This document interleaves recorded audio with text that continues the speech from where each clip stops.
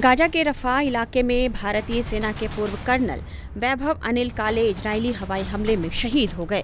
Israel और Hamas के बीच Gaza में जारी युद्ध के बीच यह पहला मौका है जब किसी भारतीय को अपनी जान गंवानी पड़ी है।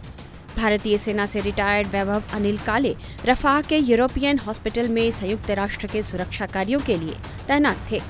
वे संयुक्त राष्ट्र के वाहन में ही सवार थे जिस पर संयुक्त राष्ट्र का झंडा लगा था। इसी दौरान इजरायली हमले में उनकी मौत हो गई। इस घटना को लेकर भारत ने चिंता जताई है। वैभव काले के शव को अब भारत लाने की तैयारी हो रही है। वहीं वैभव अनिल काले की मौत पर संयुक्त राष्ट्र ने भी उन्हें श्रद्धांजलि अर्पित की है और संयुक्त राष्ट्र के वाहन पर हुए हमले की जांच का फैसला भी किया गया है।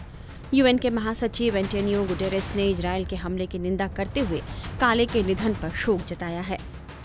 वहीं न्यूयॉर्क में भारत के स्थायी मिशन ने भी कर्नल काले की मौत पर दुख जताया है। वहीं अमेरिकी विदेश मंत्रालय ने कहा है कि जो घटना घटी है वो चिंताजनक है। गाजा में यूएन के वाहन पर हमले को लेकर हम चिंतित हैं। अमेरिकी विदेश मंत्रालय का कहना है कि संयुक्त राष्ट्र के लोगों की सुरक्षा होनी चाहिए। हम इस घटना की पूरी जांच की मांग करते हैं।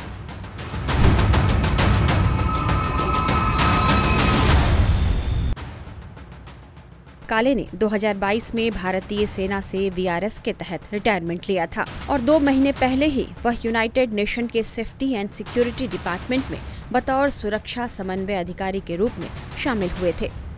उन्होंने 2009 से 2010 तक संयुक्त राष्ट्र में मुख्य सुरक्षा अधिकारी के तौर पर अपनी सेवाएं भी दी थी।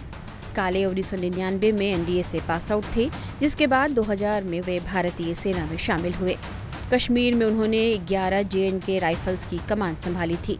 पठानकोट एयरबेस पर 2016 में हुए आतंकवादी हमले को रोकने में भी वैभव काले की अहम भूमिका थी। सेना से रिटायरमेंट लेने के बाद वह अपने परिवार के साथ पुणे में रह रहे थे। अनिल काले की मौत की खबर सुनते ही परिवार में शोक का माहौल है। गाजा के बाद अब इजरायल ने रफाह में अपना ऑपरेशन शुरू कर दिया है। इजरायल रफाह को हमास का आखिरी गढ़ मानता है। हमास से बदला लेने के लिए ही इजरायल ये कार्रवाई कर रहा है। गाजा स्वास्थ्य मंत्रालय का दावा है कि इजरायल के हमले में अब तक 35,000 से ज्यादा बेकसूर फिलिस्तीनी मारे जा चुके हैं। वहीं रफाह पर हमले को लेकर इजरायल की चौतरफा आलोचना हो रही है। टाइम्स नाउ नव भारत डिजिटल की रिपोर्ट।